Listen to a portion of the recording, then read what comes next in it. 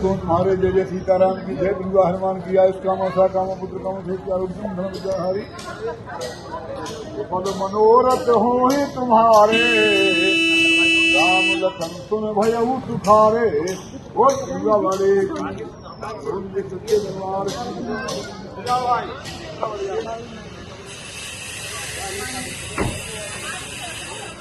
अब पानी नहीं भरती है, नहीं भरती है रामदेव। पानी बस और राजा बैठे, राजा ने जवाब दिया क्यों?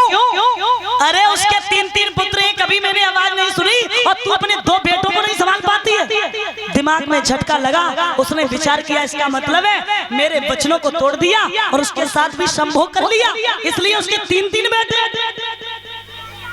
अपने पिता के पास में पहुंची और जवाब दिया, हे पिताजी, आपने जो वचन दिया था अपने दामाद को, उन्होंने वो वचन तोड़ दिया। हाथ में गंगा जल लिया और श्राप दिया, कहा जिस यौवन के मध में तूने मेरे वचनों को तोड़ा है और जिस यौवन के मध में तूने दासी से नाता जोड़ा है, मैं कहता हूँ वो तेरा मद और राजा तुझको खा जाए और रह जाए नरक की कांत तुझे और अभी बुढ़ापा आ जाए। आज आयाती को बुढ़ापा आ जाता, कहाँ जवानी थी और बुढ़ापे में आ गया। जैसे ही बुढ़ापा आया, इधर देवयानी पहुंची, जैसे ही पहुंची अपने पति के ऊपर बुढ़ापा देखा, पूछने लगी आपके ये हाल कैसे हुए? बोले तुम्हारे पिता ने कर दिए। अब मन में सोचने लगी कि पति तो मेरे ही और रहना तो मुझे ही इनके साथ, और ये बुढ़ापे में आ गए, अब हम रहेंगे कैसे इनके साथ? क्योंकि एक लज्जा वाली बात है कि उसकी उम्र 20 साल की और उधर हयाती की उम्र 80 साल की, अब वो कैसे रह सकती है? महाराज अपने पिता के पास फिर पहुंची, ऐसा करो मेरे पिया को जो बुढ़ापा तुमने दे दिया, जवानी थी वही दे दो। अब इधर शुक्राचार्य ने कहा कि अगर उनके बदले में अपनी जवानी अगर दे और उनका बुढ़ापा ले तो उनके ऊपर आ सकती है जवानी, वरना नहीं आ सकती। ये तू रिश्तेदार एकत्रित किए, सबसे कहा, कोई भी तैयार नहीं हुआ अपनी जवानी देने के लिए। पुत्रों से कहा तो पुत्रों ने जवाब दिया, हे पिताजी, मेरी ये आप जो मेरे शरीर को लेना चाहते हो, मेरी जवानी को लेना चाहते हो, पिताजी शर्म करो, क्योंकि मैं लड़का तुम बाप, मेरी शक्ति को लेकर के मेरी माता पे अंजवाओगे और मैं शपथ पूर्वक कहते तुम घोर नरक में जाओगे। बेटों ने भी मना कर दिया। सबसे छोटा वाला बेटा कहने लगा, हे पिताजी, मेरी ये देश स्नेह मई आप ही की प्रेम निशानी है और तुमसे मिलो लड़कपन है, तुमसे मिली जवानी है। उसने अपनी जवानी दे दी। जब जवानी दे दी तो इन्होंने आयाती ने 75 वर्ष तक राज्य किया और राज्य करने के बाद एक दिन की बात है, इन्होंने शीशा में क्या देखा कि इनके बाल कुछ सफेद नजर आए। तो विचार किया है कि अब हमें भगवान का भजन करना चाहिए, क्योंकि अब मेरी उम्र भगवान का भजन करने की हो गई। अब इन झंझटों में हम नहीं पड़ेंगे, क्योंकि अगर यूं ही व्यर्थ जिंदगी गमा देंगे तो आगे कुछ मिलने वाला नहीं है। तो मेरे प्यारे श्रोता बंधुओं, उसी समय आज अपने बेटा को जवानी दी, मुकुट सिंहासन दिया और उसके बाद भगवान का भजन करने के लिए चले गए। इधर पुत्र जो थे, पुत्रों को समझाया उन्होंने कि देखो राज्य ऐसे चलाना कि राज्य में कोई भी कभी भी किसी भी प्रकार की बुराई ना कर सके, और खुद भगवान का भजन करने के लिए चले गए। और मेरे प्यारे श्रोता बंधुओं, ये संसार है, ये जग है, इस दुनिया की रीत है, किस दुनिया में आना जाना लगा ही रहता है। इसलिए अगर जिंदगी में भगवान का भजन नहीं किया, भक्ति नहीं की, तो आए चले गए, कोई मतलब ही नहीं निकला, पशु के समान जिए और चले गए। क्योंकि मैंने बताया था इस जिंदगी में, इस दुनिया में एक कुत्ता भी अपना पेट भरता है और वो भी चला जाता है। इसीलिए कवि ने बड़ी सुंदर बात लिखी है, क्या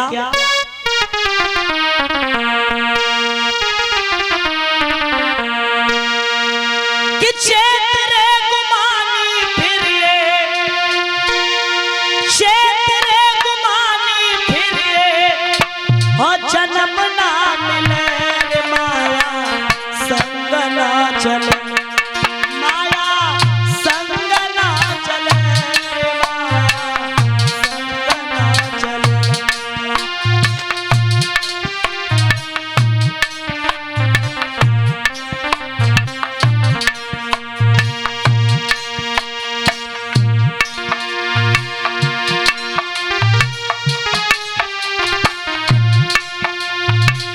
चेतरे गुमानी फिरिए, चेतरे गुमानी फिरिए जन्म ना मिले रे माया संग ना चले, माया संग ना चले रे माया संग ना चले। ओ माया संग ना चले रे माया संग ना चले। क्योंकि लिखा है 10 6 16 गई खेल में 20 गई जे मध की जेल में, 10 16 और गई खेल में 20 गई जे मध की रेल में। ध्यान से सुनना, 10 6 16 10 6 16 गई खेल में और 20 गई जे मध की जेल में। 10 6 16 गई खेल में 20 गई जे मध की जेल में। 10 6 16 गई खेल में 20 गई जे मध की जेल में। ए चाल सगाई तेरी आगे में लंबी हो, अरे चाल सगाई तेरी आगे में लंबी, बचपन हाथ मले रे माया संग ना चले, माया संग ना चले रे माया संग ना चले हो माया संग ना चले रे माया संग ना चले। और लिखा श्याई जाय सफेदी आवे तनकी खाल कुड़ी श्याई आए सफेदी जावे तन की खाल सकोड़ सब जावे। श्याई आय सफेदी जावे तनकी खाल कुड़ी श्याई आए सफेदी जावे तन की खाल सकोड़ सब जावे। श्याई जाय सफेदी आवे तनकी खाल कुड़ी ए श्याई जाए सफेदी आवे तन की खाल सकोड़ सब और जावे। भैया ए बंदर जैसो मुठ हुई जावे, ओ हो जय हो बंदर जैसो मुठ हुई जावे, डिग डिग नारी हले रे माया संग ना चले, तेरे संग ना चले रे माया संग ना चले, ओ तेरे संग ना चले रे माया संग ना चले। ओ तेरे संग ना चले माया संग ना चले। और कहते तू कहता है तेरा मेरा यहाँ जग में कोई तेरा, क्यों कहता है तेरा मेरा यहाँ न कोई जग में तेरा। और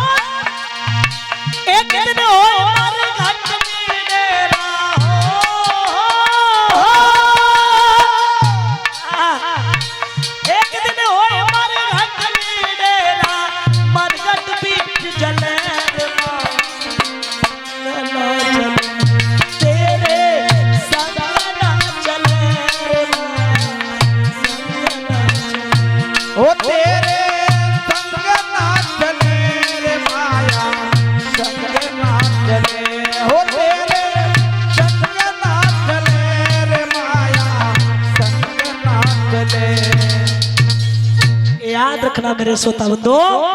आज बताते हैं जिस समय इस पृथ्वी पे अत्याचारियों की, दुराचारियों की संख्या बढ़ती गई, उस समय भगवान ने आने में विलंब नहीं किया। तो भगवान किस प्रकार इस पृथ्वी पे आए? जब अत्याचारियों की, दुराचारियों की संख्या बढ़ गई, पृथ्वी मां, देवता सब परेशान होने लगे, तो प्रमाण मिला है इस भारत भूमि में, मथुरा में एक आहू का नाम के राजा हुए।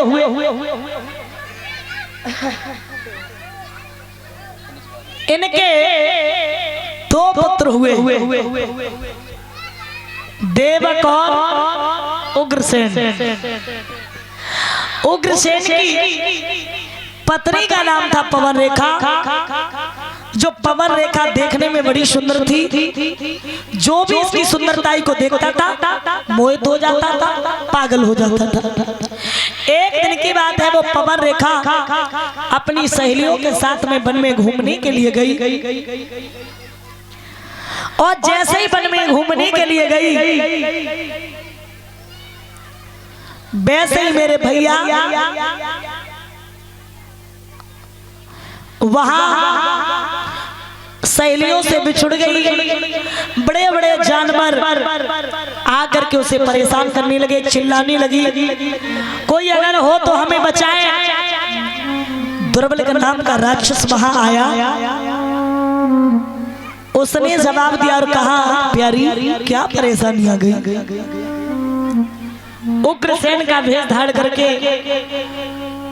आज पवन रेखा के साथ उसने संभोग किया, और जब संभोग किया, धोखा से बा नीच ने करो सती संभोग, प्रकट है गया अंत में पापी को सहयोग। जब पवन रेखा के साथ संभोग किया तो पवन रेखा ने जवाब दिया, रे नीच, ए अभागे, एक स्त्री के पास लज्जा के अलावा और क्या होता है? और तूने मेरी वो भी छीन ली, तेरा सत्यानाश हो जाए जो तूने मेरे साथ ऐसा किया। जवाब दिया पवन रेखा, इतनी चिंता मत करो, मेरे सहयोग से जो तुम्हारे इतना शोर कर रहे हैं, हाँ देखो,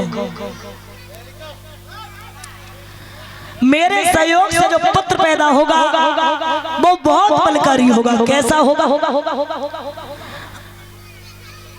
उग्रसेन ने जैसे ही दुर्बल के नाम के राक्षस ने कहा, पवन रेखा बहुत बलवान होगा, सौभाग्यशाली होगा, लेकिन एक बात याद रखना पवन रेखा, उसे मारने के लिए स्वयं भगवान को अवतार लेना पड़ेगा। फिर कैसा होगा? जवाब दिया, सुनो पवन रेखा, कैसा होगा कि मेरे समानी योद्धा और बैजीत न कोई पाएगा।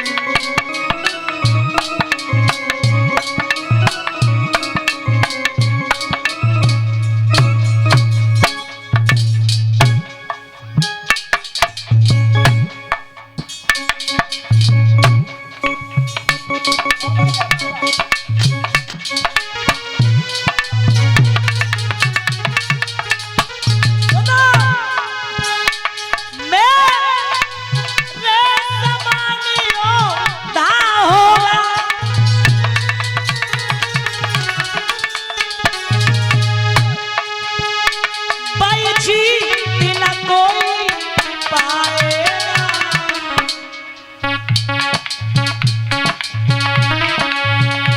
राजा और नर की बात तो क्या, राजा और नर की बात तो क्या, पता इश्क हार के जाएगा।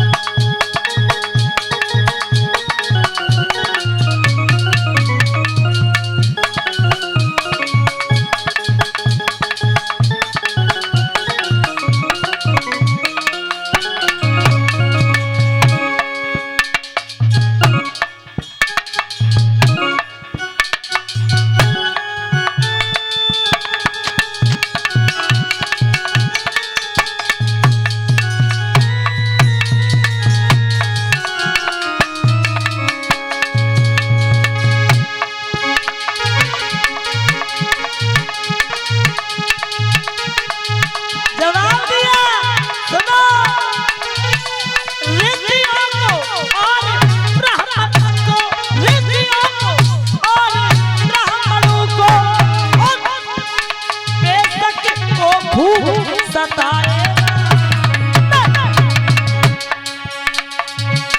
पर ध्यान रहे इतना